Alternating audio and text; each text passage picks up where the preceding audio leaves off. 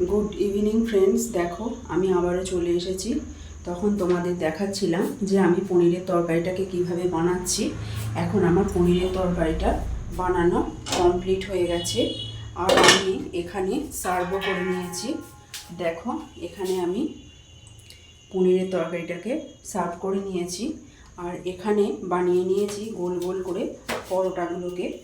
হ্যাঁ, এখন এই লুচি, পরোটা বা রুটির সঙ্গে এই তরকারিটাকে সার্ভ করে দেওয়া যায়। তো আমি এখন এটাকে গোল গোল করে পরোটাগুলো বেলে এই তরকারিটার সঙ্গে আমি সার্ভ করে নেব।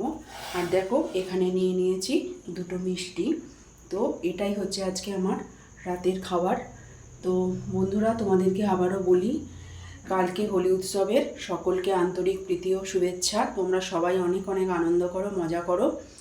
আর আরও একটা কথা বলি যে আমার ভিডিওগুলো যদি তোমাদের ভালো লাগে তাহলে তোমরা অবশ্যই লাইক, কমেন্ট, শেয়ার এবং সাবস্ক্রাইব করে আমার পাশে থাকবে।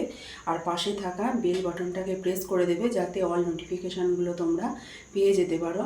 তো এর যে আগের ভিডিওটা আমি পনিরের তরকারিটা বানাচ্ছিলাম, তখন আমার ভিডিওটা অনেক বেশি দীর্ঘ হয়ে যাবে বলে তখন আমি পনিরের তরকারি বানানোটা কিভাবে বানিয়েছিলাম সেটা তোমাদের সঙ্গে শেয়ার করেছিলাম।